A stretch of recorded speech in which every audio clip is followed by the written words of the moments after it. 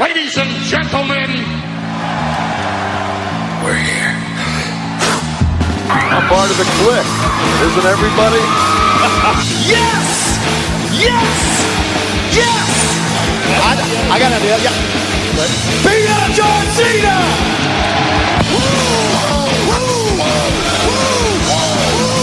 Give me a hell yeah! Oh, a little bit of the bubbly. Too sweet! Here goes the mother! This is where the power lies! I am the man. We need if you can survive! It's showtime, folks! The following episode is scheduled for one fall, and it is for your listening pleasure. This is In The Kliq. What's up, everybody? Baby Q here, back at it for a very special episode of In The Kliq. And joining me is someone I've been wanting to talk to for a very long time. He's one of the hosts for the Fight Game podcast, John LaRocca. How's it going, John? It's going great, man. I'm so excited to be on your show. I've been listening to you for a long time, as growing up in the Bay Area, San Jose, the bone of, Baby Huey and everything, and I seen you at APW shows. So this is a treat for me, man. I appreciate you having me on. Yeah, man.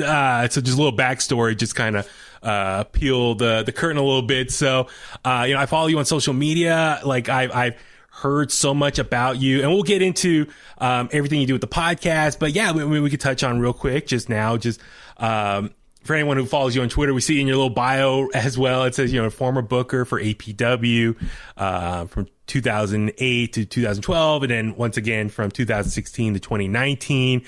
And so for me, in the last few years, attending more independent wrestling shows, APW specifically, I've heard, so much about you from other people, word of mouth. And so, that's when I started following you on social media. And to be completely frank, like, I love your live tweeting of various wrestling shows. And I love the way you analyze stuff. And I love even sometimes you'll watch stuff live, but I love even when you watch stuff maybe later than everyone else. So it's I feel like when the dust has settled and the show's over and everyone's gone quiet, you're the one voice that's stands out afterwards. And I'm in real time trying to refresh and wait for your next tweet, analyzing a particular match from a pay-per-view or something.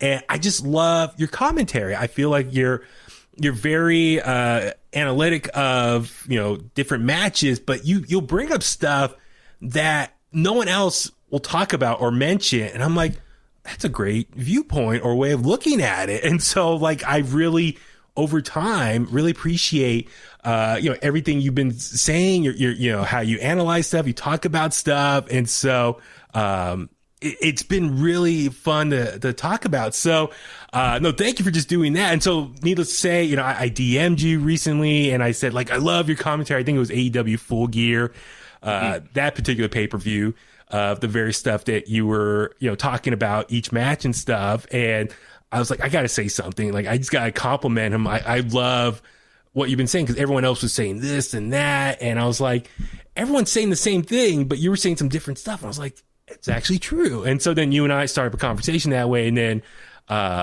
when there's opportunity for us to record it, I was hell yeah, let's do this, because I want people to hear your voice and the way you talk about stuff. And I think hopefully moving forward, it's something we could do on a regular basis. And and just to be, fully transparent with the listeners out there and the Kliqsters, listen, everyone who knows within the Kliq, we, analyze Raw, SmackDown, NXT, even NXT UK now. We did Impact in the past, AEW.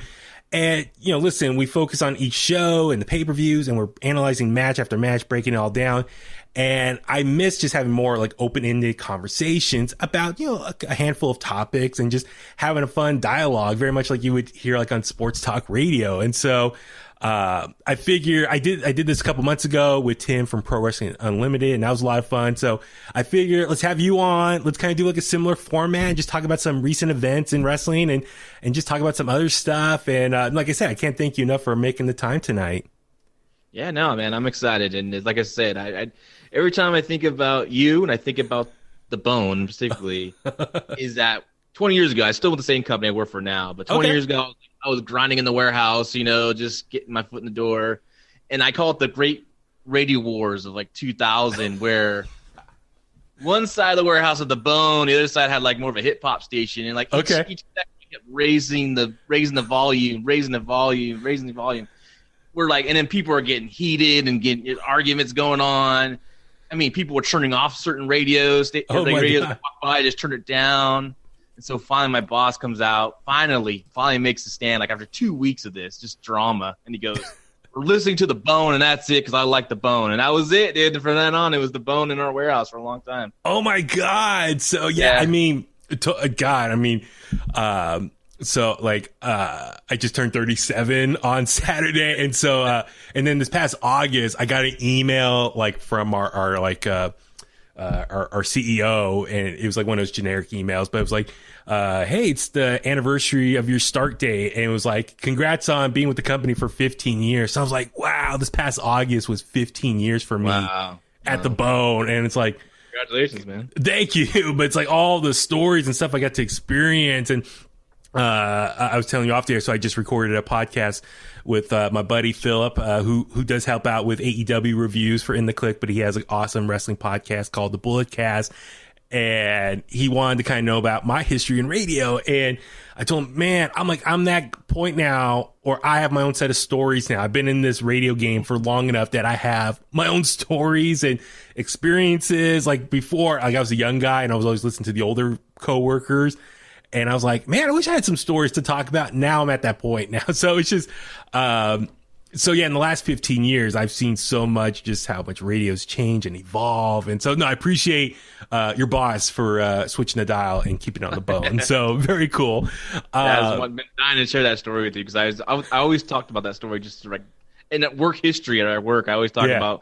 Now I go back in the warehouse. Now I'm the old guy, right? I walks in the warehouse and talks to the guys. I'm like, oh yeah, man, there used to be wars out here, the radio and everything. Just one little story there. Yeah. No, it's great. So before we kind of get through some various wrestling topics and discussion, I like to have some like icebreaker questions for new guests on the show. And these are, I think very fun. They're simple, but they're fun. And I've done this with Evan from Dark Side of the Ring and some other people I've talked to on this podcast. And it's always great to hear everyone's answers. They're always different. So we have 3 icebreaker questions that we always like to throw out there. So, first question, just who's your all-time favorite wrestler? Oh man, when I was a kid, it was a total package Lex Luger. Really? Okay. Who I still will, if I always give a top 10 when someone asks me about my top 10, I always have Lex Luger as number 10 because I will never let him leave because just that love as that melancholy love as a kid when you first started watching wrestling. And I saw Hogan and Savage before him, but he stood out for me because he just looked like a Greek god, right? And then but my all time after just watching is just the man Ric Flair. I mean, I love everything he did. His matches are great. He just felt like a champ. To me, he was the first guy that felt like the champ. Yeah. So that's why I just really kind of gravitated to him. And still today, I will if I see a Flair match I haven't seen, I'll watch it right away. Nice. Yeah. I feel like I've seen them all though. I don't know what's out there, but there is something that's out there that I haven't seen. You can send it to my Twitter and I'll watch it. Yeah. Dude, I was just, like I said, I was doing another podcast before talking to you, and the question was, who was your first wrestling interview? And mine, I was trying to think off the top of my head, and I said, okay, my first in-person interview was Ric Flair. Oh, wow. As far as starting out, to start out with the GOAT, I was telling him this was 6 years ago at backstage at SAP Center promoting WrestleMania, and I was panicking because this is 6 years ago, but I'm like, oh my God, like all these memories of watching him, on Nitro and, old NWA stuff and just WCW programming. And it's like, oh my God, I'm going to talk to this guy finally. But he was super nice, super chill. And at that time he was really focusing, talking about, he's like, my daughter's getting into wrestling now, Charlotte. And I was like, oh, okay. I mean, jump ahead 6 years later, look where she is, one of the greats right now. But, no, awesome. Ric Flair. But no, Lex Luger, I do like that. I mean, so which era are we talking about? Are we talking about when he was like, when Vince was trying to make him like the next Hogan? Or you're talking about like when he went like to WCW or even before that? Before that, this is like right after he's a babyface, already turned on the Horseman. He's already a babyface now. Yeah. So I got into like late '88. Okay. And see, I first started watching WWF. My friend got me in elementary school, and then he's like, we watched the Survivor Series '88, and then we watched the Royal Rumble '89, and he's like, do you want to come by next month to watch NWA? And I'm like, what's that? He's like, oh, it's like WWF but more real. That's what he said. And I'm like, yeah, more real? Like, what's, And so we watched his house. I just saw this guy multiple times press slam Barry Windham in the air, and I'm just like, holy cow, this guy is great. And then he turned like heel in June of '89 on Rick Steamboat, one of the greatest heel turns ever, and he just rips his shirt off and just flexes. And I'm like, as a kid, I like the baby faces, but I'm like, I'm still with this guy. I'm still with this guy right here. And from then, and he had an awesome run '89, I would say. Yeah. And he gets a lot of flack. I mean, and a lot of it's well deserved, especially later on. I think, he made a lot of money and maybe didn't really work as hard as he probably should have. But But '89, I mean, as his heel run, he was fantastic, and they were building some stuff. And unfortunately, Sting got hurt in '90 because they were really building the Sting winning the title in the big Luger versus Sting matches in '91. But things didn't work. Things didn't work out that way. But yeah, no, he's always been great. I think he's always had like a little bad luck, like Vince holding off his WWF World Title reign to WrestleMania instead of doing it at SummerSlam '93, and then they put him over in that count out victory of Yokozuna, which got over like a popcorn fart. When anytime you have a guy like on the shoulders or streamers after you win a count out victories, it's not really going to get anyone over, right? So exactly. And then even in '91 with Flair, Flair had a dispute with WCW, which you've heard, and then he quit or got fired, whatever side you want to take on that one. And, Luger had to beat Barry Windham for the world title. It didn't beat Flair, and then he had to listen to We Want Flair chants for his run as champion in WCW. So a lot of bad luck happened to him, when it came to, like, big championship wins. And though he had that great one, the Hogan and Nitro era, but it only lasted, 4 days or something. I think so, like that. Yeah. I mean, of course, also Lex Luger. I mean, God, this is the most I've ever talked about Lex Luger, but, I remember even as a kid, seeing those early videos of, with Bruiser Brody, going shoot on him in the ring, and he jumped out of the cage and ran off. There's so much. I mean, obviously with the whole Monday Night Wars, watching that, and just Luger, he had a very important role with WCW at the time. So a lot of great memories with Lex Luger. So no, that's very cool to hear that. Okay, second question. All-time favorite wrestling match. I mean, it could maybe be someone involving with Ric Flair, your all-time favorite, or it could be something completely different, but just like an all-time favorite match, it's like timeless to you. Oh, I could never get tired of watching Ric Flair and Terry Funk I Quit match from Clash Champions 9. Like, to me, that's like the greatest match ever. Like, they just went out there and they tried to kill each other. Like, I just felt like they hated each other. Like, it wasn't a typical Ric Flair match, obviously, just not just because of the I Quit stipulations, but like just the way he wrestled that match. He was just going after Funk, jumping on his back. They're running, just doing this craziness. And Funk was being crazy. And, when I watched in the AEW, John Moxley versus Eddie Kingston I Quit match, and they're just basically doing the same match, even if it wasn't I Quit. Like, they would have that same match either way, in my opinion, right? Yeah. And I was just like, no, man, where's the microphone? Where's the intensity that Ric Flair and Terry Funk had? And I know it's a hard kind of, bar to meet, but I mean, but like I said, the realism of that match really just is. I'm still in awe of this day. Yeah. No, that's great. Wait, now please remind me, which one was with the plastic bag? That's Clash 8. That was okay. September of '89. Gotcha. And Okay. And I don't remember dates now, but like anything when I was a kid, I can just tell you dates. Yeah, absolutely. Oh yeah, totally. Maybe we'll save this for a future time. So one of my other co-hosts, my buddy Richard, who runs an awesome Instagram page, Pro Wrestling 101 on Instagram. Recommend you guys follow it. His all-time favorite is Terry Funk. And, like the last episode, a couple episodes ago, we were trying to wrap things up. And he said, yeah, I just posted this great video. It was the death match. I think it was Terry Funk and Cactus Jack or something. And I just totally, I asked this question and it led to like another 5-minute extension of the episode. But I asked him, I was like, so wait a sec. Okay, we all know, Terry Funk, he has a long legendary career, the 70s, 80s, retired. When did he become like all of a sudden like this hardcore legend and like crazy old man? And then he started leading me on this whole explanation because I remember, of course, like Chainsaw Charlie and all this other stuff. And I was like you see old footage of him. He's wearing tights and more traditional look and wrestling, and it became like this hardcore crazy guy. And so he was trying to explain it all to me. And so I would love for you to talk to him. For you as a Flair fan, he was a Terry Funk. I'm sure you guys can have so much like fun, detailed conversations about that. But last question, as far as, do you have a wrestling bucket list? Something that you want to do in wrestling experience? I give my example is like, for me, I always would love to attend a Wrestle Kingdom in Japan. I've talked to other people and they've had like various things, like a friend of mine wants to be put through a table, wait. So, I mean, like I said, I know it's very open-ended, but is there anything in professional wrestling that you would love to experience or accomplish? Well, there's two. As a fan, okay. I would, just like you, I would love to go to Japan for like a week or longer. To go see wrestling shows. The Tokyo Dome would be great, but I'm more into like seeing Cork and Hall and lots of, I want to go jump around and see all the shows. I want to see Noah. I want to see All Japan. I want to do the whole run. And Japan has been my ultimate bucket list vacation spot.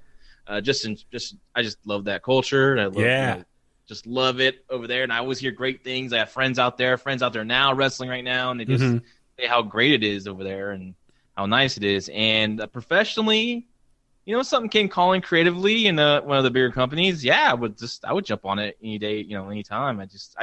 I can't turn my brain off of this stuff. I watch it. I'll watch, like I said, I'll watch a show and I'm creatively thinking of what I would do or what I'm seeing a flaw in, like I think they're missing out or, stuff like that. So I just can't help it. It just part of me.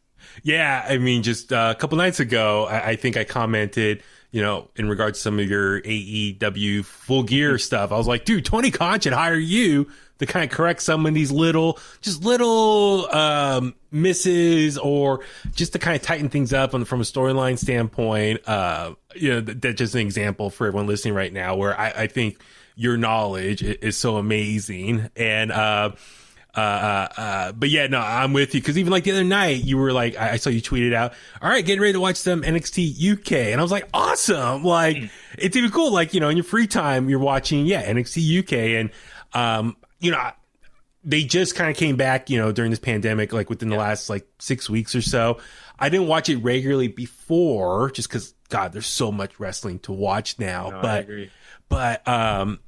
I love their takeovers. I'm a huge Walter fan. I know this is audio, but visually people say I look like Walter. I even last year I went to WrestleMania in New York and we were in Brooklyn. My buddy and we went to a pizza place, and this pizza place, everyone was dressed up in different wrestling outfits. I come walking in and the whole crowd starts going, Walter, Walter, Walter. I'm like, oh my God. I just want some pizza and leave, people. But it was very fun. I started chopping people, but with that being said, I love Walter. So I was like, I really feel like this is a reset for NXT UK. It's a great time to kind of jump back in. Probably it's like for them, like fresh storylines. So I've been watching ever since. I've been loving everything they've been doing. So yeah, they have a stacked roster of talent, and those guys are so well trained, and the fundamentals are so good. Not everything's perfect on there. There was like a really bad, a women's segment like 2 weeks ago. I'm like, it was like Head Scratcher was so bad. I'm like, how did this get on this show? Like I've never seen it this bad. all the women started fighting in the ring, just the whole roster, and like no officials are around stopping him. It's like, okay, we're just gonna. It was like just watching a cat fight. And I just didn't understand it. But other than that, though, like consistently, like the quality is really good. The wrestling is really solid, and I've been enjoying this Heritage Cup they've been doing, and they're coming to the finals next. So, yeah, I make sure it's an hour. It's an hour of wrestling. To me, it's an easy watch. So I'll definitely make time for it. Totally. I mean, it's a simple formula. 1 hour, usually 3, maybe 4 matches, couple promos, video packages, boom, and you're gone. Like, I love it. Easy to consume. So I'm all for that. And like, same thing for like, even NWA Power when it was on a regular basis, MLW, which I'm excited for their return this week. And yeah, any like those hour shows, I'm all for it. Just, it's like quick in and out. Give me the meat and potatoes and move on. So, no, very cool to hear that. I'm glad. No, thank you for sharing all that. I think it's really cool. I think, I was talking to a friend of mine. I think, wrestling fans, we're very, a small audience in some ways, but I think, if you see someone with a wrestling shirt or something, you instantly click. And so I think anytime you can open up and share, favorite match, wrestler, whatnot, I think that's just very cool to kind of have people connect that way. So on a personal level. So thank you for sharing. So, one thing I wanted to ask about. So as I mentioned earlier, so you were the former booker for APW, All Pro Wrestling, which, I mean, I'll go ahead and say on the record, it's the top independent promotion here in the Bay Area / even like Northern California, if you want to call it that. But as it said, like on your Twitter bio, you're the former booker. So if you're okay to kind of talk about it a little bit, like if you want to break kayfabe a little bit, can you kind of maybe explain what it means to be the booker for All Pro Wrestling? Oh yeah, I'm the one that would book the matches, set up the winners, the losers, the storylines, book the talent. I started booking in 2008 for Roland Alexander at the old APW Garage, and nice. I was a manager before that. I worked as a manager. I managed AJ Kirsch and another gentleman named Nate Rules. We were called Ego. AJ was excellence. I was gorgeous, and Nate was outrageous. He kind of looked like almost like a Road Warrior kind of looking guy. And so we were just, just a tag team. And I had like the sequence jacket like Bobby Heenan, and I started originally just as doing play-by-play. And at first I was calling it straight with my buddy Jeremy, who's known as Germs, a longtime Bay Area guy.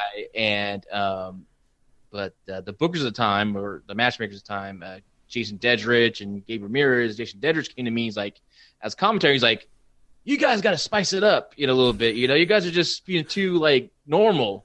And so I was like, whatever, So I was like kind of irritated because I thought we were doing a great job. Yeah.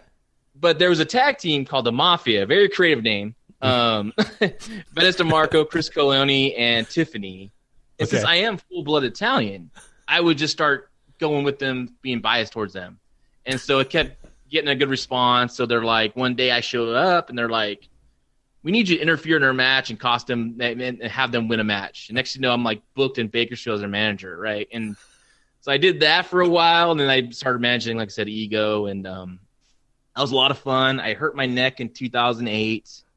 And just something stupid. Like I just jumped off the apron. Basically the doctor said that it's probably something I already injured that was about to probably just go, and it's just something small, So one day I'll have to get surgery on it. I think I'm sure I will. But yeah. So I was like, oh man, I was kind of depressed. And at that same time, Jason Dedrich and Gabe Ramirez started their own thing, and Jason Dedrich did the Kliq Wrestle, if you remember that. I don't know it so like familiar. matches online and stuff. He's married to cheerleader Melissa, and he was that kind of stuff. And then Ramirez started Pro Wrestling Revolution at the time. So there's opening the booking position, and Roland Alexander asked me to do it, and it was at first I was super excited. I was like ready to go. Yeah, and I'm like, get my paper out in my book. And I'm ready to write stuff out, and I'm freaking out, dude. I don't know what to write. So then I remember this great book. Everyone should read it if anyone likes to read wrestling books, called Wrestling at the Chase by Larry Madison. It's about the late St. Louis territory. And I just remember something that was just so simple. Just keep it simple, stupid when it comes to booking. So KISS. Yeah, KISS, exactly. So I just kept it simple. And the first card, because like I said, Gabe and Jason, not to knock their booking, but they were very like, Vince Russo-esque with a lot of wackiness, and you just never knew what you were going to get. It was kind of a mess at times. And so my first card, I had like 6 matches only in all clean finishes. And the crowd was like mostly quiet. Like I thought, oh shit, is this not getting over? But people were like shocked because usually some wackiness would happen instead of just straight matches with winners. Because I wanted to give the fans at APW, no, results are gonna matter. And so I started building, on that. And then, it was fun. Dylan Drake was a ring announcer turned job guy. They killed him. And I'm like, no, I'm going to build around him because he's very charismatic. He has a good connection, great look. And so he was my focus. I focused a spotlight on him, and I just built him to winning the championship, and we're off and running from there. So I did that for, to 2012. And then, Roland was having hard times and, with the school and everything, and we're struggling. And this one guy came in, promised the world, and I just knew he was a kind of a con man kind of guy. I mean, but Roland, he at this point he's listening to anyone because he needed help, right? Yeah. And so the guy wanted to be creative though, of course, right? He wants to be creatively involved. And I told Roland, I can't work this guy. This guy's a con man. I don't trust him. This guy's talking about going to other promotions, doing NWO gimmick. Like, come on, Roland, this is ridiculous. Oh my God. I said, Roland, if you really want to work this guy, this is going to help APW. I'm more than happy to you go with him, but I just don't want to affect my I don't want him to look bad on my creative, right? I don't want people to think, oh, John booked that crap, and it was like a collaboration thing. So I got out of wrestling for a little bit, and my buddy Matt De La Rosa is like, hey, there's a great building in Gilroy. We should run our own shows. I'm like, I don't know, man. Promoting's tough. And he's like, no, don't worry about it. I'll handle the promoting stuff. You just do the booking stuff, right? Okay. And I'm like, so we started Premier Wrestling out of Gilroy, which is based on basically more of not a shoot style per se, but it was going to that route. Okay. Just basically, we did the records. I had records and number one contenderships and all that kind of stuff. And so we had a good. But then after the first show, he got a job at the UFC. So then I was out of him. But was there not to cut you off, Dan? Oh my God, Danny Martinez. Yeah.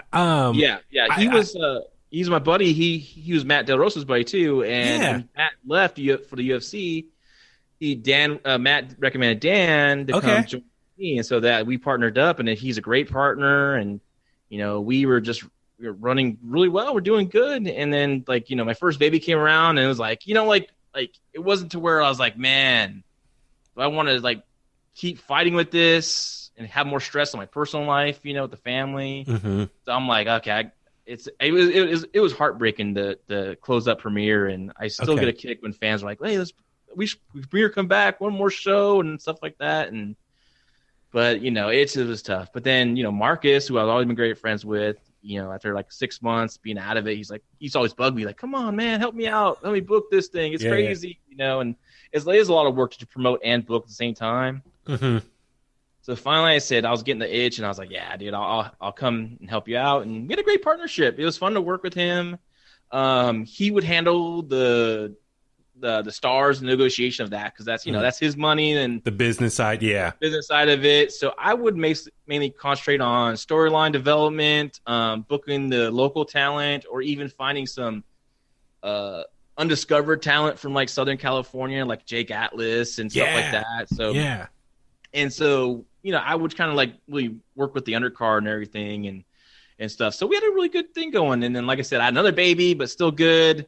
And then when baby number 3, Kaylee, came around, it was man, dude, I'm not gonna have time for this, It's just so it just kind of had to pump the brakes at the end of 2019. And so right now I'm just enjoying my time as doing the Fight Game podcast and getting my kicks at that, and we've been rocking and rolling on that. Yeah, so I definitely want to talk about the Fight Game podcast in 1 second, but just focusing on this most recent run of APW, and I sound like my brother, before I was going to be talking to you, and retrospect, we were just thinking about, between 2016 and 2019, there's so much to talk about how awesome those years for APW have been.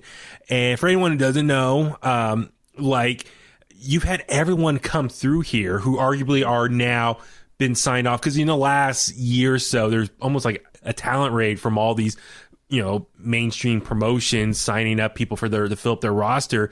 And everyone that you see now on a regular basis at one point or another in the last few years made an appearance or two at APW. So it's really amazing that I can turn on Monday night, Wednesday night, Friday night, or, you know, maybe Tuesday night, whatever it may be, and see someone that at one point I saw make an appearance at APW in recent years. And I kind of want to maybe go down the list a little bit. So for me, like, how I got back into going to like APW shows on a regular basis. So a few years ago, remember Billy Gunn made an appearance, and I did an interview with him beforehand just to promote the show. And I was like, okay, let's go to the show. And so my brother and I, Jimbo and I, we all went, and it was a lot of fun. Like, I was like, oh my God, this is so much fun, because I hadn't been to like an independent show in a long time. And seeing just the talent that came through there, and I love the energy, the crowd, and I was like, I gotta come on a regular basis. So at that point, yeah, every month, every other month was going to these shows, and it was awesome. And then I think it was in 2016 where, you know, Cody Rhodes just left WWE and like made one of his first like independent appearances for APW and Pacifica show over there. That was so much fun. Like, you know, so much respect for him, as far as I went up to him and like I interviewed him a couple years before that at WrestleMania when he was still Stardust, but he remembered me and gave me a hug. It was super cool. So for you, like, how was that experience as far as, like I said, Cody Rhodes? I was talking to my brother, like we saw Keith Lee there, you know, a couple years ago. Walter made an appearance. I mean, Jake Atlas, as you mentioned, Jungle Boy. I mean, there's so many talented people in the last few years who made an appearance at APW and now are off doing big things. So, like, for you, how awesome it is that you kind of have like a connection to them, and maybe in some ways, you know, help them, springboard them into that next level in their career.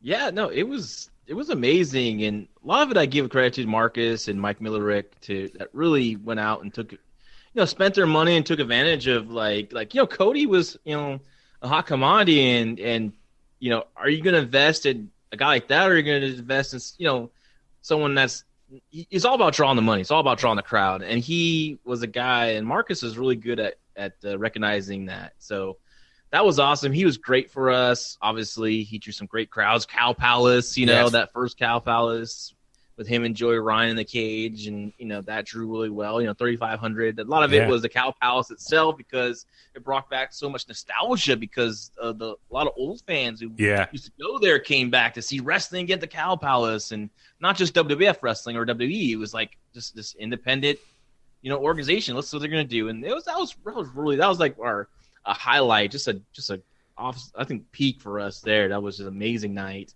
Yeah, and all those guys are great. I loved working with Jungle Boy.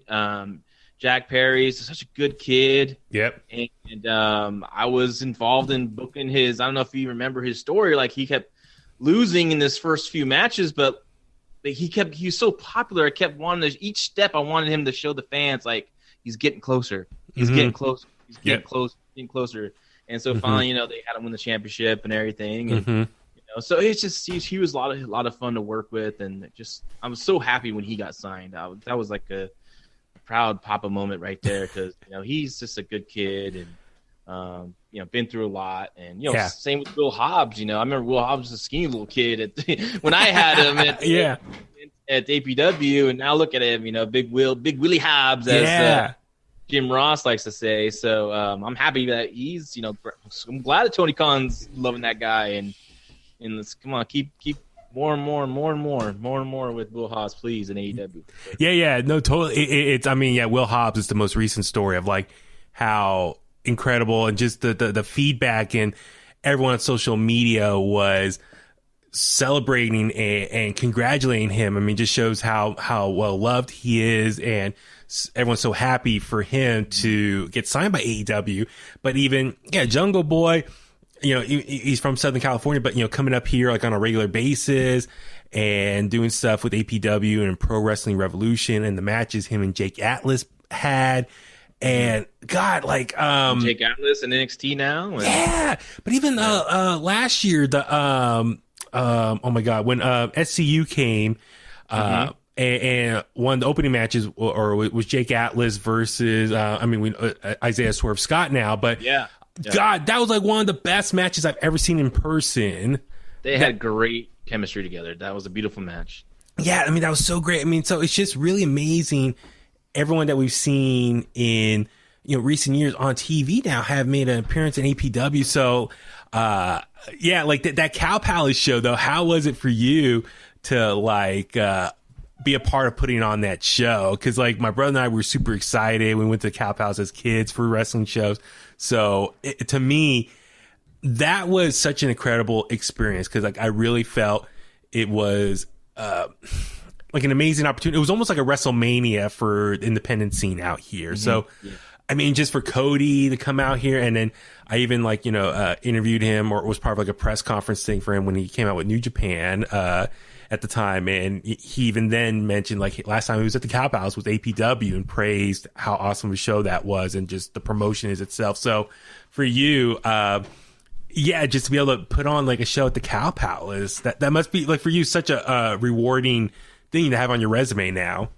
It was a trip, man. Walking to the back, like in the middle of the day, like getting ready, you see the ring being built, and just sitting around from like, I didn't want to see like people see, but I'm like, I walked right in the middle of the floor and looked around all the empty seats and thinking like, man, it's just amazing to look at all the history that was there, all the great matches that were there. Now we're gonna be part of it.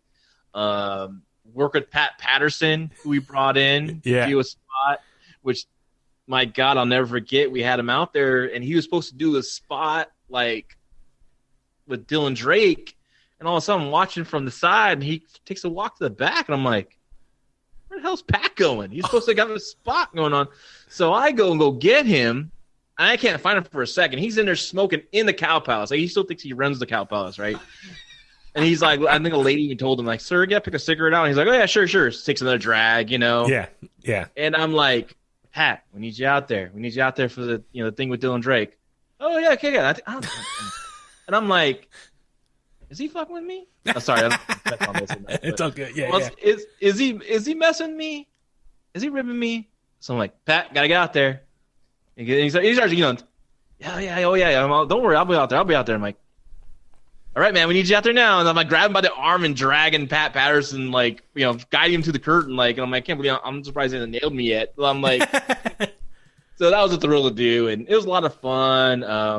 I first met Jack Perry, Luke Perry's dad. I said Luke Perry. I was talking about the Ric Flair documentary that he produced and everything. So that was a thrill. And it was really cool to meet him. And just, it's just a great night. Everyone just felt so happy and like just the love and, I don't know. It was a trip, man, all together, and like, Fatu, Jacob Fatu in that Rumble, in that opener. I mean, Kevin Sullivan came up to me, said, "Great job, kid. That was a great finish." And I'm like, "Holy shit!" Right? Like, it's one of those things that just everything was a positive. So I was extremely happy. And look at Jacob Fatu now, MLW champion, doing well.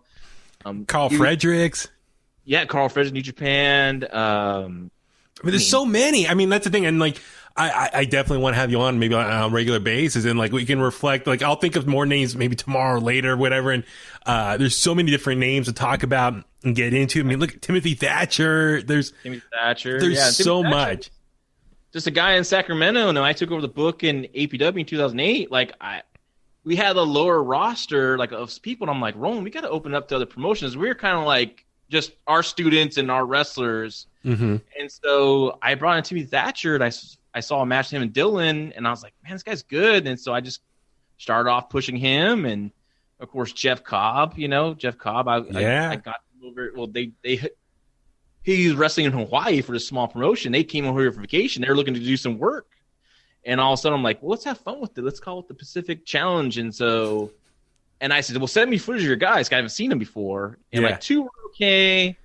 1 was good, Kaimana, and the guy that really stuck out was Jeff Cobb. Yeah, he just did all this athletic stuff. So I'm like, oh man. So it was like a best of 3, and the main event was Timothy Thatcher and Jeff Cobb, and Roland, like, he was like, Roland's all about the school, all about the training, right, the fundamental. So like, he made them, like, when they got to the Hawaiian guys, he got there and made them like train before, because we used to do school before the Gym War shows. Yeah. Like, I don't know, LaRocca. I don't know. He's needing a lot of training. Yeah. And I'm just like, rolling. I think it's gonna be fine. Like, Yeah. and I'm praying to myself inside. I'm like, I'm not gonna hear the end of this. They suck, right? Yeah. And then Jeff Cobb and Timmy Thatcher had this great match. Rollins crying because it was so good. And then, now to this day, me and Jeff Cobb and I are really close. And, he called me one day, said, hey, what do I need to do to advance my career? I'm like, you're literally on the most beautiful island in the world, but you're on an island out there with one promotion in Hawaii. You got to come here to the United States and find a school. And I recommended him to go train with Oliver John, old school Oliver John. I don't know if you ever seen him. That sounds familiar. Yeah. Now. He was a great talent. Okay. Tremendous. I'll send you a match team, Oliver John and Jeff Cobb from my premier promotion. Okay. And you'll become an instant Oliver John fan. Nice. Okay. Yeah, so Jeff went to go train in Sacramento with Oliver John, and also J.R. Kratos was there, Brian Tannen. Like, Oliver John had and Timmy Thatcher, like the beef of beef guys, like these big monsters, and he was training them how to be wrestlers. So Jeff Cobb would always credit Oliver John for his training, and he should, because they did just fantastic talent. So, Hammerstone too. Like, you just interviewed Hammerstone. Yeah. I was the first one to bring out here in Northern California for premiere. Oh, no way. And then that was so nice of him. He tweeted out one day, he's like, credit to LaRocca for telling me my finish should be the pendulum move he does, because he was doing a different move. But I'm like, the move you do for the finisher is not as big as the move you do before. So you should do the move before and not So dude, that was really cool to do. That finisher he has is so awesome. Like, growing up, I love anything power bomb like related, where you lift someone up and smash them down. That never gets old to me, even though now I think it's very much like a transitional move now in some ways. But like, a power bomb always has like a big impact on me. So his move, as far as, he flings them up and throws them down, I love it. He's such a talent. Like, I know he's an MLW, and I know he's proud of that, and that's great.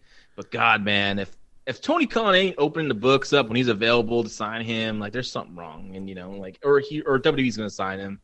They should, because he's a talent. We brought him into APW one of my last few shows when he wrestled Jacob Fatu in the main event. Okay. And they had a hell of a – I think it was Jacob Fatu's best match, because it was really, a lot of it was just Hammerstone controlling it. Okay. He became – when I had him, he was raw and green, right? Mm-hmm. Originally in premiere, but like he was seasoned, and he was controlling. He was healing. He was controlling the match and controlling the pace, and such a tremendous talent. And so I'm so happy for his success. Yeah, he should be. God, if, like I said, Tony Khan, AEW, that's the guys they need to get. Like him, there's plenty of them out there that I'd like to see him sign up. Dude, I love hearing all that. I mean, even like, J.R. Kratos, congrats. He's like NWA tag team champion now, and he did New stuff. Japan Strong stuff. Yeah, and he even did stuff at All Japan. Yep. As well. I mean, like I said, we can go on and on about all that stuff, but I mean, we'll save it for another time. But I do want to touch on, your podcast, the Fight Game Podcast. So, please, kind of explain, sum it up, what it is and where can people find it. And, I was listening the other day. I love the conversation you guys were having, but please just share about the history of it. Yeah, well, the Fight Game Podcast has been around for a little while, but it's run by Garrett Gonzalez of the Wrestling Observer. And of course, Garrett and I are friends, and I met him at Dave Meltzer's house because I'm good friends with Dave, and we go watch shows together and stuff, and it's a lot of fun. And Garrett and I just came like a great connection, and we just kind of talked about, like, hey man, we should do a podcast together. And so we originally started with the We Want Flair podcast, which we would like dive into like a Flair match and the history. Yeah. And we just started coming together for the Fight Game podcast, talking about not just pro wrestling, but boxing, MMA. And we're rocking and rolling, man. Garrett really hustled, and he's really finding these great young writers for our website. And we're just kicking out content like every day. There's always new articles and various different podcasts. And like right now we have there's a special we do with John Moxley comes on because he's a big MA guy. Yep. He loves to come on, just talk UFC with Garrett. Him and Garrett talk about predictions of the fights or post pay-per-view fights. Awesome. So that's really cool. We recently just had my buddy Justin Nipper with the author and historian Fumi Saito talking to Debbie Malenko nice. About her return to wrestling. And, I one of our new writers, JD Oliva. He just wrote a great article called "A Matter of Family" with about Don Callis and Kenny Omega's history together. And quotes from them, which is really good. And then we had the great Robert Silva talking boxing. Right now, he's doing his countdown of his greatest knockouts in boxing. And nice. We got Carlos Toro talking boxing. So we got amateur wrestling coverage on there. So like, we're just kind of it's a fight game, man. We're just covering everything in combat sports. So I'm mostly on there. I'm the wrestling guy, I guess. And Garrett and I on our show, we mainly talk about not only just the news going on in the world of wrestling, but we like to do the AEW versus NXT night and review our likes and dislikes. Yeah. And also we do a review of an old show. Like right now we're in the midst of WCW Saturday Night 1992, running to the end. And then we're going to jump in next year to doing Raw of 1997. So whoa. Cover all that. And so we're kicking that off in a way with our Survivor Series 96 for our Thanksgiving week because we're both going to be off because of vacation. Yeah. So we're going to record that early and put it on that week. So it's going to kind of be a teaser to what we're going to be doing in 2021. So we're busy. Yeah. No, I mean, for anyone who might be a little bit too young to remember, I mean, I was talking to my brother about this earlier. Survivor Series 1996, in many ways, some people could argue was kind of loosely the beginning of the Attitude Era, or especially Stone Cold's run with that match with Bret Hart, and led to a lot of great things in what happened in 97. And I mean, God, just, as a kid, in middle school, living through all that. I mean, if I could live through that again, that would be, if we could time travel, I would love to live through that era again, just because every Monday night rushing home and doing, luckily out here in Alameda where I live, where, luckily in our cable package, TNT, we had the East Coast feed to watch that first and then watch Raw or Monday Nitro first, then Raw after. And just, dude, so I cannot wait for you to start talking about like 97 Raw again and just like hear like fresh, takes on it, everything. God, I mean, that was such a special time period for me. That's very special. Yeah, definitely. And we're not going to just review just the matches on the show. We're actually going to divide it like what's going on behind the scenes with that because Meltzer's 1997 Raw book came out, and so a lot of history, what happens, what's going on in the industry behind the scenes then, and so we're going to have a lot of detail on that. So it's going to be a really cool show. Awesome. So I mean, check out fightgamemedia.com for all the info, links there. Subscribe to the Fight Game podcast on any major podcast platform, Apple Podcasts, Spotify, I believe, everything that's out there for you guys to listen to podcasts. Part of the Blue Wires podcast network, which is very cool. Kevin Jones, my old coworker, who used to be a writer for KBR, when he left KBR, he started this whole podcast network, and it's just incredible. Like, I'm so blown away and happy for him. And so that's very cool. Just such a small world, when you really think about it. So, no, I mean, just congrats on everything you've been doing so far. It's such great coverage, and, definitely follow you on Twitter and whatnot for all the links. It's so cool. So, what I'm thinking right now, okay, we've been, talking a lot just about, you specifically and all the wrestling you've done. So I think for maybe this last part of the podcast, let's just go ahead, just talk about some of the highlights from Monday Night Raw this week, because some big things did happen that are leading up to Survivor Series. I know I want to, what I sent to you earlier, some AEW stuff. Maybe we'll save that for another time. Maybe, maybe next week or something, wherever you have some free time. Or actually, Thanksgiving's next week. But anyway, we'll figure it out. But, I'm home, man. It's COVID. I'm home. That's right. That's right. I'll be home as well. So, but, Monday Night Raw, very awesome episode. I mean, my brother and I were watching together last night, and then our buddy Richard, who's also on In The Kliq, he was texting us today. I guess he watched it later. He was like, "Oh my God, what an amazing show of Raw!" At least from his standpoint, it felt like a pay-per-view type quality. Something I heard, I was checking over at friends at Pro Wrestling Unlimited. I don't know if you heard about this. So the rumor was Vince McMahon actually wasn't at Raw last night. Instead, Triple H and Bruce Pritchard were in charge. They booked the show, and apparently they didn't really have everything like fully scripted out. They kind of had like a little more, it was a little more independence for the wrestlers to kind of, improvise and come up with their own ideas, and even Triple H booked the main event. Is that something did you hear about that for Raw last night? I didn't really dive too deep into that. Okay. But that makes sense. And, Vince probably not being there, maybe after the situation with Lena Vega, maybe he's just, looking at stuff going on and, made the heat die down a little bit. But no, I think Triple H is like a really smart guy, obviously. He's, and I think creatively he's really smart. And I have it taped. I don't get to watch as much as I used to when it comes to Raw and SmackDown, just because there's so much going on. And of course I got the little ones and you know how it is. I mean, it's just I just don't have the time. And so, but I mean, Randy Orton and Drew McIntyre in the 24-minute match. I think I'm going to sit down and watch that soon because to me, Randy Orton's like one of the greatest in ring of all time. He's up there, the greats. I mean, he's such a classic worker. Drew is fantastic as well. They have really great chemistry together. So I'm really looking forward to that. And I was a little surprised about the title change, but it makes sense.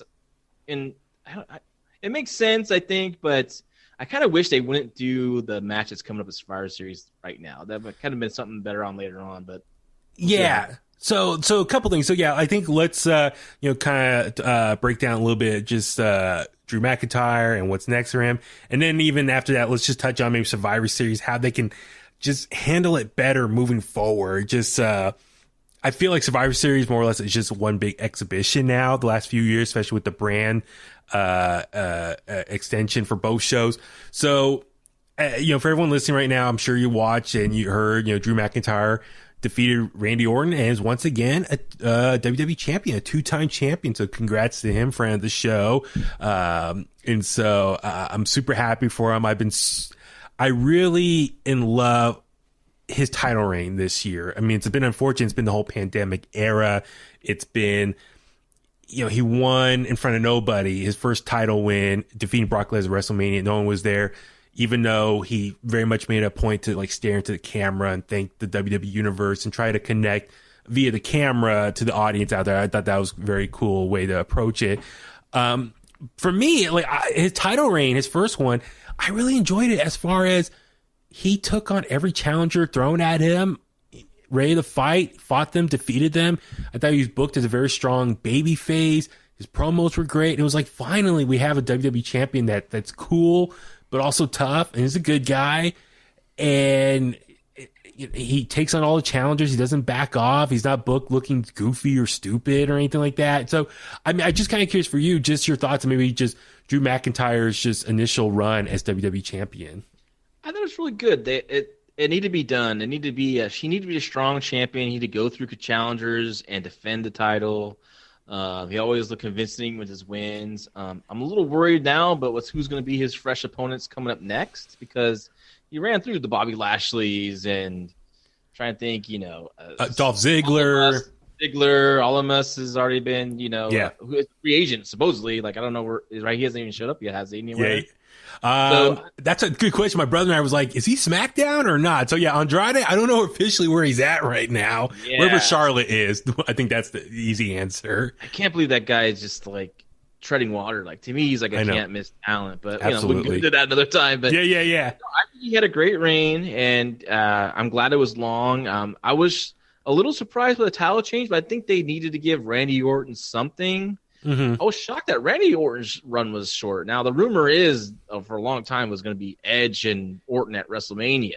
Yeah. Right? But I think they should still do that, but not as a championship match. So I think they're fine there. Yeah. I like Drew champion. I think I want to go back to the old days of a strong babyface champion who just takes on all comers. And so I hope going forward he does that. And I'm really interested in seeing that match at Survivor Series with him and Roman Reigns. Yeah, so a couple things, not to spoil anything for Raw, but if you're able to, if you're going to fast forward anything, make sure to stop on the Drew segment with Sheamus. And we've been kind of seeing them engaging with one another over the last few weeks and kind of reestablishing or reminding people, hey, him and Sheamus are friends for a long time.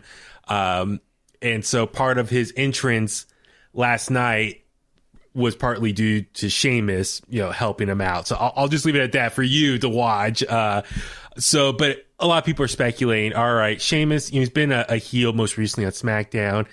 He's still heelish tendencies on Raw. So this is too good to be true. So I think a lot of people are anticipating, is he going to turn on Drew at some point? So that could be maybe a future opponent for Drew after Survivor Series is done with and moved on. So that could be one aspect to look forward to. But for me, I guess, like, okay, for Randy Orton, I was happy to see him finally win because I thought he had such great momentum and character work with Edge all throughout, WrestleMania and post WrestleMania. I kind of wonder though, like, why put the championship on him and just to lose it 3 weeks later, pretty much? I kind of wonder, would have been better maybe, listen, him and Drew had some great matches over the last few months, this great little rivalry, and it's like, it made sense. He's the top champion, Drew, and Randy is like the top heel. I kind of wonder maybe Randy should have won it sooner, and that way he have a little bit of a title reign. I guess for my question for you is your thoughts on him just having a short title reign. Do you think he should have won it sooner if the end game was still for Drew to win it back at some point? I don't like short title reigns like this. I would have actually kept it on Drew through Randy Orton because Randy Orton's so good that he can lose and still be over. Like he has such longevity, and he's not gonna get hurt by losing a feud. When Edge returns and you heat that feud up again, it's gonna heat up again, and no one's gonna remember that he lost to Drew like that. Right? Yeah, so I think it'll be fine. I wasn't a big fan of him. As a big Randy Orton fan, I just wasn't even a fan of him winning the title. Like I said, I think it's smart. The best bet, best money is to keep Drew strong going into. And like you said, Sheamus would be a good challenger, especially in December, January months, maybe before Rumble. I want to see Drew and AJ Styles hook it up. Dude. I think they would have some magic in there. Really. That'd be a great WrestleMania match once they get there. And the other thing, too, keep in mind this most recent draft, the WWE draft, Raw did draft a lot of like heelish superstars. So I think a lot of people at the time were like, oh, this is great. These are fresh new opponents potentially for Drew to take on down the road. So yeah, AJ Styles is one of them. I'm trying to think of some other names off the top of my head, but I mean, just the most recent setup. Sheamus was another one. So I mean, there is some fresh guys that he could take on to get through maybe Royal Rumble season, and then be kind of curious what is his plans for WrestleMania. So let's now look ahead. So he wins. Now he's going to take on Roman Reigns this Sunday at Survivor Series. And I think also a lot of people kind of knew he was going to win here because he showed up on SmackDown last week, called out Roman Reigns.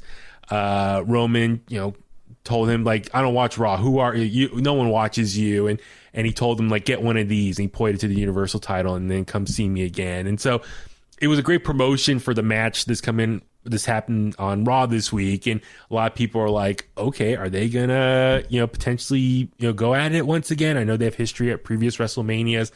A couple months ago, even I think it was New York Comic-Con, and Drew McIntyre and Triple H were on a panel, and Triple H flat out said, like, he thinks Drew McIntyre versus Roman Reigns is on the same level as far as a matchup like Rock versus Austin, Hogan versus Flair. I definitely want to get, first off, your thoughts on that comparison. I interviewed Drew last month, and I asked him about that, and he was, very much taken back and appreciate the compliment. But for you, I would love to ask you kind of just your thoughts on Triple H's comments of comparing Drew versus Roman as the same as the other icons in pro wrestling. I think Triple H is doing a good job as a promoter there. I mean, it's hard because those, Rock and Austin are on a different level than a lot of people, right? Ever reached this industry. Both are, Drew and Reigns are both great talents in the ring. I don't know if it'd be that anticipated, other than I think it'd be a great match. Like, I think this Sunday or the Survivor Series match is going to be great. I'm curious about the finish. Now that you bring up Sheamus, I'm thinking he could get involved and cost Drew a match and set up his run with Drew because Roman has Jey Uso together with him, right? Now the family's kind of together. So I can see Jey Uso interfering and Sheamus jumping in there, maybe even helping out, but then like taking advantage of making a statement with Drew and costing, because I don't want to see just a clean win by Roman Reigns. Roman Reigns is going over because he's so hot right now. Like, exactly. That's like the popular story. And even right now, really really SmackDown has taken over Raw as the number one show because it's on Fox now. It's a priority. So I think Reigns will win that for sure. Yeah. But there has to be an out for Drew McIntyre for sure. Yeah, so that's the thing. Keep in mind, so in the last few weeks, in the main event scene on Raw, with Randy as champion, Drew was still there. Miz has Money in the Bank. He's been kind of lurking around. The Fiend, Bray Wyatt, also was kind of, teasing, going after Randy. So Randy, a couple weeks ago, was very paranoid about, like, 3 different guys coming after him. So with that being said, I imagine Roman is going to go over win here, but I don't think it's going to be clean. I think it's going to be somewhat of an overbooked finish. I think Miz could somehow get involved. I think Fiend, Bray Wyatt can maybe do something as well. Hell, even Randy himself could. He doesn't currently have anything lined up for Survivor Series, so he can do something. So I think between those 3 guys, they all can go after Drew, and then Roman can just benefit of picking up the pieces after the fact they interfere in some way, and he can get a victory. So I guess the other thing with that being said, the dynamic between these two are different than last time they took on each other at WrestleMania 35 it was. Drew is obviously babyface now, has been WWE champion, been booked very strong.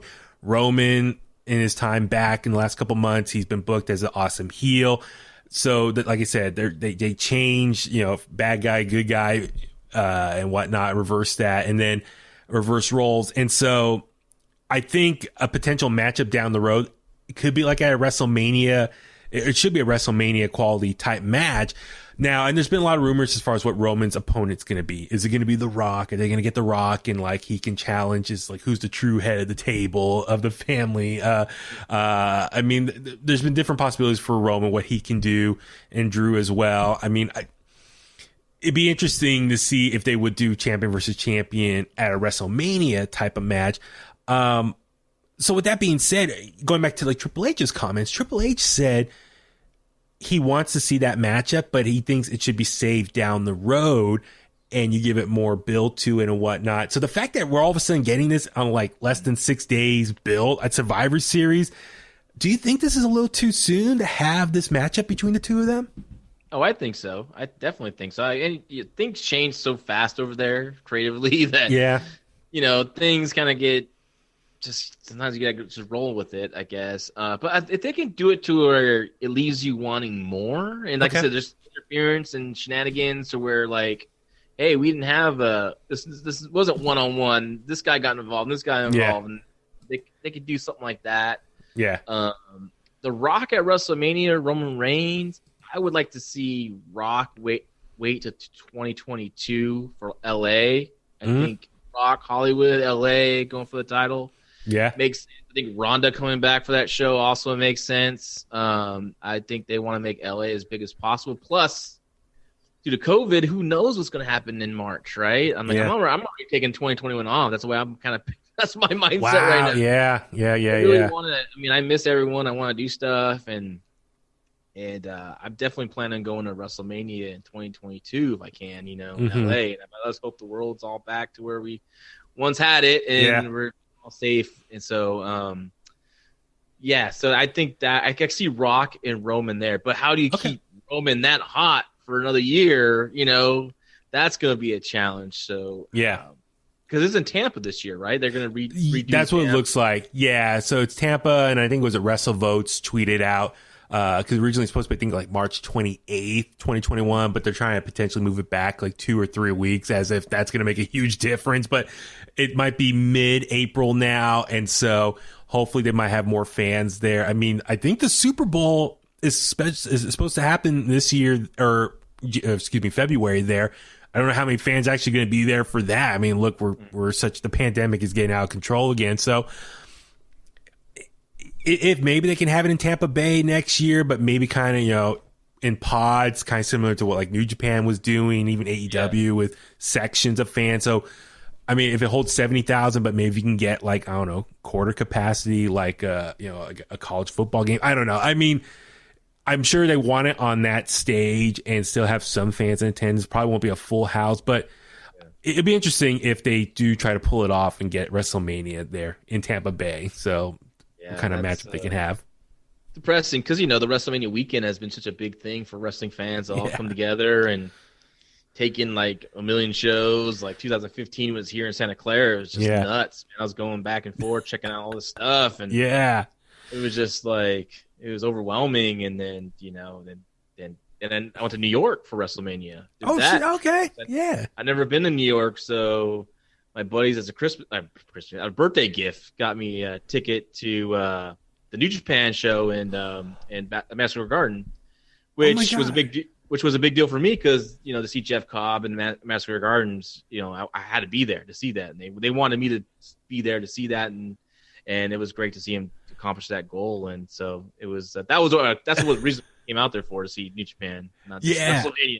Wasn't I'm sorry, I'm not going a side tangent. So didn't Marcus Mack book a last minute flight? Yeah, I posted a picture. We're at this I guess it's a famous pizza place. I don't know. Yeah, okay. I remember Jeff posted a group shot at a big dinner. Yeah, it's JR, myself. Yeah. Thatcher, Jungle Boy was in that too. He was kind of just hanging around. We kind of hey, why don't you hang out with us, kind of deal. Okay. And he just signed his contract at AEW at the time. And, we went to a bar and we went, let's get some pizza in us, before we start running around. And so we took a picture, and Marcus is like, all right, I'm booking my flight. And he's like, I got so much heat with the wife. He was just but it was cool, man. We saw the New Japan show. We saw Jeff win the championship, the never open championship. And then we all had a great dinner afterwards. And that was a special night. That was definitely a special night. So, just like Cow Palace was special too. When I saw Jeff there's in APW. Yeah. At the New Japan Cow Palace show, the big screen, the graphics, I got emotional, man. I'm not scared to admit I'm an emotional guy. I got tears down my eyes. I was so happy for that guy because he was just a guy in Hawaii trying to make it, and now look at him now. He's just doing such a great job. Totally. So as far as Drew and Roman, nonetheless, I'm still excited for this match this Sunday, even though it is more or less a glorified exhibition, no titles on the line. A couple things with Survivor Series, just looking ahead to Survivor Series as we wind down here. So, one, Survivor Series, just your thoughts on NXT not being involved. A lot of people were kind of bummed out because I think NXT last year being added to the equation made for a lot of fun, different matches, a lot of triple threats and whatnot. And it was very cool to see people on NXT take on people on Raw and SmackDown. Doesn't look like they're going to be involved this year. Obviously, I think the rumor is from a pandemic standpoint, they just don't want that many bodies inside the Thunderdome and just, not risk of exposing people to one another. So, your thoughts? Yeah, just NXT not being in the equation this year. Yeah, I think if it was no pandemic, they would have been involved. Like you said, they are splitting the crews up because they don't want the, more COVID positive tests to happen. 205 now was being taped along with NXT. So that's, so they kind of split that crew up. And also I'm glad because if they're not in the plans for this year, I don't want them to see the NXT guys lose and be the fall guys for the, the main brand. So yeah, I'm okay with it. Yeah. Last year was great. I think it added a lot of steam to NXT. Okay, this year not, but I think maybe next year they do it again if we can and everything's going good. I think it'll be special again because we haven't seen it in a long time. So yeah. But yeah, I'm okay with it, and I'm okay with the takeover being its own thing as well in December. I think at the first weekend of December, I think it's going to be. Yeah. So I love my NXT. I think it's just a good promotion, and I'm okay with they're doing their own thing right now. So okay, now looking at Survivor Series. So with the brand split, Survivor Series in recent memory has become just Raw versus SmackDown. So and it's always people equivalent titles going at it. So Raw tag titles versus SmackDown tag titles, US IC, and so forth. And to me, I guess that's cool in some ways because it's the best of the best going at it. But like I said, it's almost like an exhibition. It's almost just like an all-star game. I feel like there's no major stakes. And even this year, there was no invasion angle like Raw going over to SmackDown and vice versa. Obviously, with the pandemic, like you said, less bodies inside the Thunderdome. And I think the way they made up for it by having just more of team conflict, Team Raw, AJ's trying to get everyone on the same page, and SmackDown having issues as well. So that's a different way to kind of get, I think, us emotionally involved in these participants in the Survivor Series. But like, how would you improve Survivor Series? Like, one idea I had was like, okay, whoever wins the Survivor Series match, like Raw versus SmackDown, maybe those 5 guys can get like the last 5 spots in the Royal Rumble as their reward. Or let's say, I'm just hypothetically, like Team Raw defeats SmackDown, and out of the 5 guys, like 3 of them were survive or left over. Maybe those 3 guys get like a triple threat match on Raw the next night, and the winner of that becomes like the new number 1 contender for the championship. You know what I mean? So I'm trying to think of ways that you can book Survivor Series and at least give it some stakes where it makes it a little more appealing, and you have a reason to kind of cheer, and you have motivation to win as a superstar because you get something out of it. So, I mean, for you, like, how would you kind of maybe improve the concept of Survivor Series right now? Well, first of all, I really like that idea. The last 5 spots in Royal Rumble. That's great because, the winner of the Rumble gets the challenge for whatever championship they want, right? So I think that's a great idea. I think Survivor Series for me just become bragging rights, basically. The old bragging rights pay-per-views. Yeah.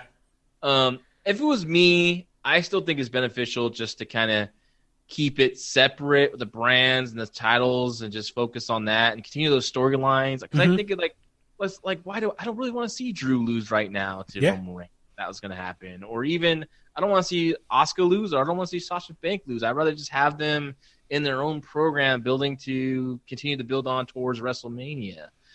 Survivor Series is tricky now. It's not like back in the day when we, just team as a 5 trying to survive, right? Yeah. I mean, maybe you can go back to that traditional format once try to do that, maybe make it that a little different, not different, kind of a little nostalgia act, but I don't know. It's tough, man. But I do like that idea that, the Raw gets or SmackDown gets, whoever wins gets the final 5 spots. I'm with that, dude. I'm digging that. So all right, you and me, let's go work with Bruce Pritchard now and get some of these ideas going. It makes sense that, because each brand, they want to win, and what an advantage for. But now, who gets those 5 spots? You could do TV off that. You could do matches to earn those 5 spots, right? And you could do like, I don't know how you can do it, but you can do it, and all of a sudden that number 30 a gauntlet comes up. Or something. Yeah, who's going to get number 30? Like, you could do various different things to get to that number 30 spot and make it important. The only thing one thing about a Rumble, one of my favorite pay-per-views, is I used to hate when they would already announce who number 1 was. Like, I want to do the anticipation, and even 30. But in this case, though, you could do some great TV building to that spot. So I dig it. Yeah, I mean, there's different things, and as you said, I mean, they're so last minute with a lot of their creative stuff. So who knows if they'll ever reach that point where they can come up with something like that. I mean, that's something I would love to see. But just winding down here. So also this Sunday is The Undertaker, kind of like his farewell, honoring his 30th anniversary with the company. Is there anything in particular you want to see happen there at Survivor Series with The Undertaker? I mean, I'm guessing he's going to actually show up. I mean, there's different ways you can handle it. It could be just a traditional, like, oh, goodbye. He says a few things. It's all about the entrance for him and waves goodbye. That's it. Maybe highlight packages from various superstars of his peers saying some good words, or who knows? I mean, he never officially quits, so maybe someone attacks him and that could set up a WrestleMania match at some point. I don't know. At this point, I just want him to hang it up and call it a day. Like, I'm just like, enough's enough. Just let the man just enjoy retirement at his age. But is there anything in particular you might be looking for in particular with The Undertaker's appearance here? I loved his documentary series, The Last Ride. I thought that was really great, really compelling. But it also felt like a storyline to me. Like, one is pro wrestling and no one ever really retires, right? Yeah. Unless you're like Jack Briscoe or something like that. But like, but I would like to see him come out and do it'd be cool if he came out with his old 1990 Survivor Series gear with the gray, like absolutely, and just kind of like do the hat thing where he's gonna put it in the middle of the ring and do the retirement. He's gonna do he kneels down and does the eyes roll back. and all of a sudden the Fiend jumps out of the ring and attacks him and beats him up. And I still think there's one more match. I think he's not going to. I mean, as much as I loved the Boneyard match, was just a hit. It was a blessing and a curse because also next thing you know, all these cinematic matches started happening. Yeah. A lot of them were missing the mark. But I know that was a great match, but I just can't see him ending on that, right? I just can't. Well, I was going to say he needs a farewell in front of an actual audience, a WrestleMania size audience. So I said this on an episode a couple weeks ago. I think this is just phase one of his goodbye ceremony, the process. Something's going to happen here. I mean, maybe it'll lead into a WrestleMania appearance at whatever capacity next year. But maybe in LA, he gets the official send off. If at that point, we'll have like 70, 80,000, how many people he can hold in that new stadium down there in LA. But he can walk out, say goodbye. Maybe the whole Hall of Fame ceremony is dedicated to him. Yeah. Maybe on Raw the next night, kind of like a Ric Flair type of farewell party where everyone in the ring celebrate. I mean, like I said, I think it's just step one of multiple phases of his farewell or retirement. Like, I would like to see him versus The Fiend at this WrestleMania. And I like to see when, hopefully, guys, everything works out and this is, 2022, have one more match in front of a full capacity crowd in LA. Mm-hmm. And I would love to see with AJ. Because he needs a great dance partner like that with his age, his knees, and his hips and everything. And AJ is such a tremendous talent. And I was really looking forward to the match before the pandemic. And I just want to see what AJ could do to really bring out a great match with The Undertaker. And I know he's the guy to do it. But I think it's okay to wait till next, till 2022 for that. But this year, hey, The Fiend and The Undertaker, I always want to see that. You can even have The Fiend go over, right? Yeah. And, because Fiend needs something because, the whole thing is that Rollins didn't really do him any favors. And ever since then, he's been hit and miss with stuff. So, and he's such a great character, too. What a great look. And, I really enjoy, like, his whole presentation. So, I think a win over The Undertaker would be beneficial for him at this point. So love it. Love hearing that. Well, John, I know we've been going at it for a long time. Internet. I know we had a whole separate list of AEW related stuff, but I think let's save that for next week or whenever you have some free time. Because like I said, your tweets about AEW recently was very eye opening, and I learned some stuff from you. So I was like, man, this is. I think it deserves to be recorded and documented and having a full blown discussion about it, just because AEW, like you, I want it to succeed and do very well, but there are some little things and details and stories that I'm like, after reading what you said, like, oh, that's true. That's kind of a little bit eye opening realization there. So no, a lot of stuff to talk about.